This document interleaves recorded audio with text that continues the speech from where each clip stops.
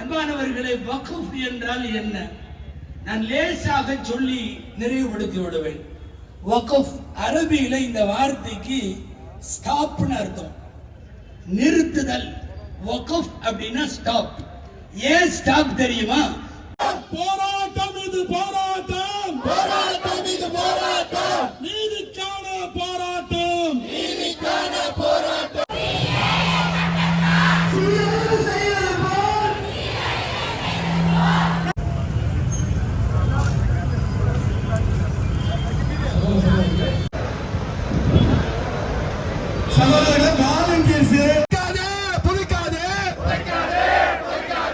அரசியல் சட்டத்தை புதைக்காதே, சட்டத்தால் சீரழிவை செய்தது போல வக்ஃப் சட்ட திருத்தத்தால் வக்கிர போக்கை காட்டுகிறாய்.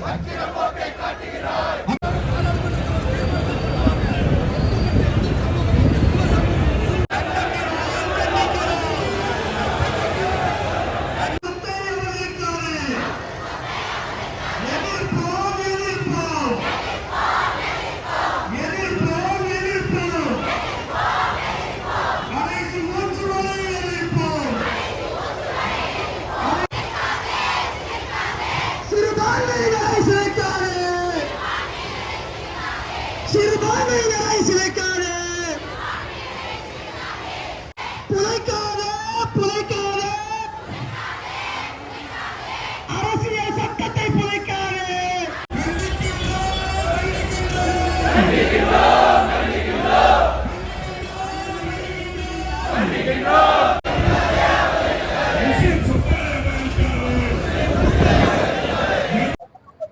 கோவை மாவட்டத்தினுடைய அனைத்து ஜமாத்துகள், இஸ்லாமிய அமைப்புகள், அரசியல் கட்சிகளுடைய கூட்டமைப்பினுடைய இந்த போராட்டத்தினுடைய நோக்கம் வக்ஃப் திருத்த சட்டத்தை ரத்து செய்ய வேண்டும் என்கிற நோக்கம்.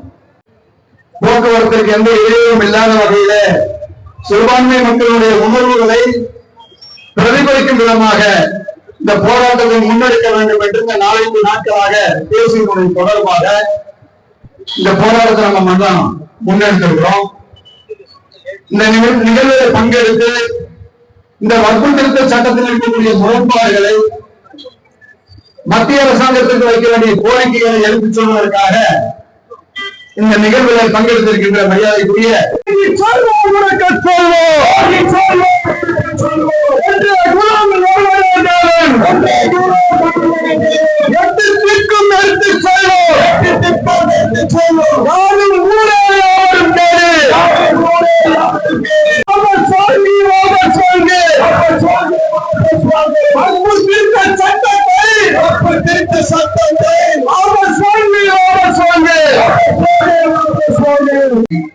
NPR, வேளாண் திருத்த சட்டம், முத்தலாக் சட்டம் போன்ற பல்வேறு சட்டங்களை இஸ்லாமிய மக்களுக்கு எதிராக, விவசாயிகளுக்கு எதிராக பல சட்டங்களை நிறைவேற்றியிருக்கிறார்களே.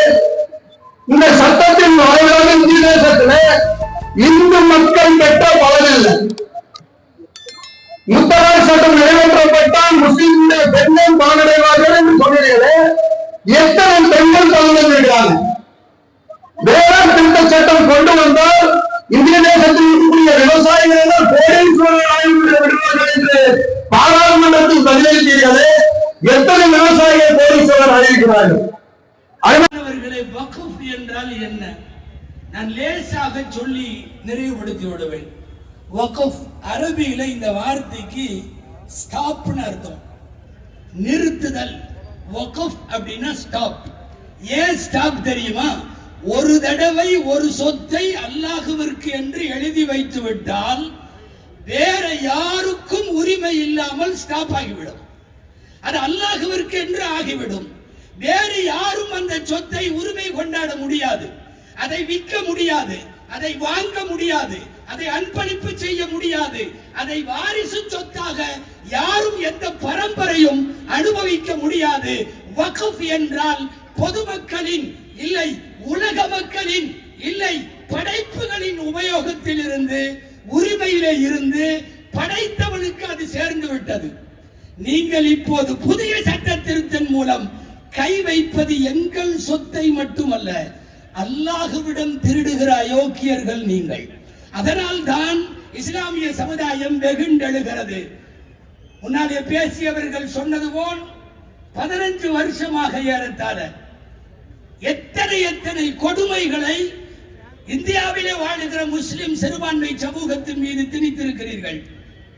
சிஏஏவின் போது நாங்கள் பட்ட பாடு, என்ஆர்சிக்காக வேண்டி நாங்கள் வீதியாய் போட்ட முழக்கம், எங்களின் உயிரினும் மேலான ஷரியத் சட்டத்திலே கை வைத்து அதை திருத்துவதற்கு தொடர்ந்து முயற்சிக்கிற உங்களுக்கு சொல்லுகிறோம், அல்லாஹுவின் ஷரியத்து ஒருபோதும் மாறாது, மாற்ற விடவும் மாட்டோம்.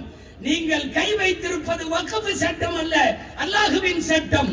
நீங்கள் திருத்தம் கொண்டு வர நினைப்பது அரசியலமைப்பு சட்டம் அல்ல, அண்ணலம் பெருமான் ஸல்லல்லாஹு அலைஹி வஸல்லம் எங்களுக்கு சொல்லி தந்த, எழுதி தந்த, வாக்காகவும் வாழ்வாகவும் விட்டு சென்ற சட்டம். அதிலே கை வைப்பது உங்களால் அல்ல, எந்த கொம்பனாலும் முடியாது. 1400 வருஷமாக எங்களுக்கென்று ஒரு ஷரியத் இருக்கிறது. அந்த ஷரியத் திருத்தப்படவில்லை, அந்த ஷரியத் மாற்றப்படவில்லை, மாற்றத்திற்கான அவசியமும் வரவில்லை. நாங்கள் ஏதோ இஸ்லாமிய சட்டத்தை நீங்கள் கை வைத்து விட்டீர்கள் என்பதற்காக மட்டும் போராடவில்லை, இந்தியாவின் அரசியல் அமைப்பையும் நீங்கள் கை வைத்து சிதைத்திருக்கிறீர்கள். இந்த சட்டம் இந்தியாவினுடைய கான்ஸ்டிடியூஷனுக்கு எதிரானது, அரசியலமைப்புக்கு எதிரானது. நாளைய தினத்திலே இருந்து எங்களுக்கு பிறக்கிற பிஞ்சு குழந்தைகளின் காதிலே பாங்கு சொல்லுவதோடு இந்த இடமெல்லாம் நம்மளோட இடம் தான் சொல்லி கொடுத்து அவர்களை உருவாக்குவோம். மீண்டும் முஸ்லிம் சமுதாயத்தின் மீது போர் தொடுக்க வேண்டாம். எல்லாம் வல்ல இறைவனிடம் பிரார்த்திப்போம். எல்லாம் வல்ல இறைவன் ஆக்கிரமிப்புகளை அக்கறப்படுத்துவானாக, ஆக்கிரமிப்பாளர்களையும் அப்புறப்படுத்துவானாக. ஆமீன். வஆகிரு தஅவானா அல்ஹம்துலில்லாஹி ரப்பில் ஆலமீன். இந்தியாவின் பன்முகத்தன்மையை பாழாக்காதே, இந்தியாவின் பன்முகத்தன்மையை பாழாக்காதே, இந்தியாவின் பன்முகத்தன்மையை பாழாக்காதே, இந்தியாவின் பன்முகத்தன்மையை பாழாக்காதே. மன்னிக்க மாட்டோம், மன்னிக்க மாட்டோம், மன்னிக்க மாட்டோம், மன்னிக்க மாட்டோம், மன்னிக்க மாட்டோம், மன்னிக்க மாட்டோம், மன்னிக்க மாட்டோம், மன்னிக்க மாட்டோம். துணை போன துரோகிகளை மன்னிக்க மாட்டோம், துரோகிகளை மன்னிக்க மாட்டோம், துணை போன துரோகிகளை மன்னிக்க மாட்டோம், துணை போகும் துரோகிகளை மன்னிக்க மாட்டோம். போராட்டம் இது போராட்டம், போராட்டம் இது போராட்டம், நீதிக்கான போராட்டம், நீதிக்கான போராட்டம், நீதிக்கான போராட்டம். லா இலாஹ இல்லல்லாஹ் முஹம்மதுர் ரசூலுல்லாஹ், முஹம்மது ரசூலுல்லாஹ்.